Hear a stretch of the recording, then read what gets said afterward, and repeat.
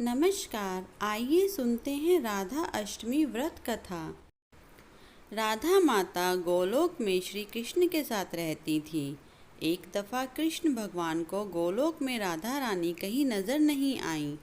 कुछ देर बाद कन्हैया अपनी सखी विराजा के साथ घूमने चले गए। यह बात जब राधा रानी को मालूम हुई तो उन्हें गुस्सा आया और वो सीधे कन्हैया के पास पहुंची। वहां जाकर उन्होंने श्री कृष्ण को काफ़ी भला बुरा कहा।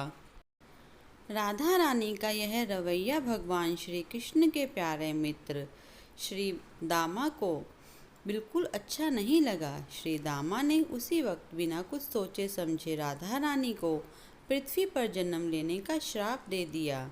राधा को इतने गुस्से में देखकर श्री कृष्ण भगवान की सखी विराजा भी नदी के रूप में वहां से चली गई।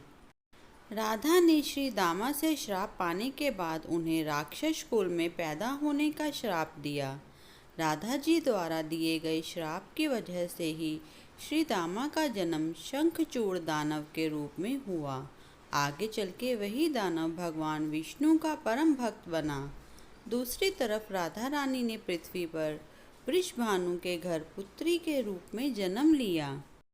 राधा रानी का जन्म वृषभानु जी के घर तो हुआ, लेकिन उनकी पत्नी देवी कीर्ति के गर्भ से नहीं। दरअसल जिस समय राधा मैया और श्री दामा ने एक दूसरे को श्राप दिया था, तभी भगवान श्री कृष्ण ने कहा था कि राधा आपको वृषभानु जी और देवी कीर्ति की पुत्री बनकर पृथ्वी पर रहना होगा।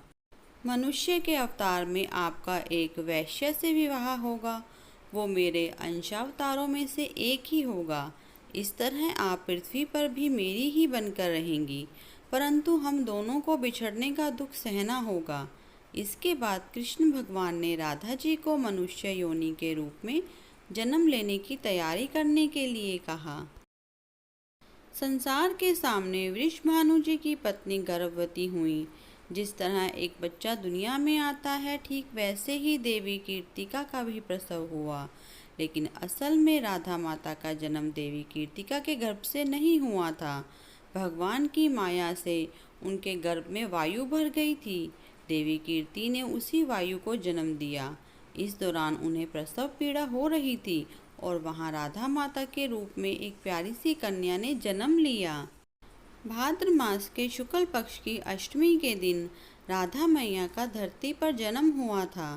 तभी से हर साल इस दिन को राधा अष्टमी के रूप में मनाया जाता है।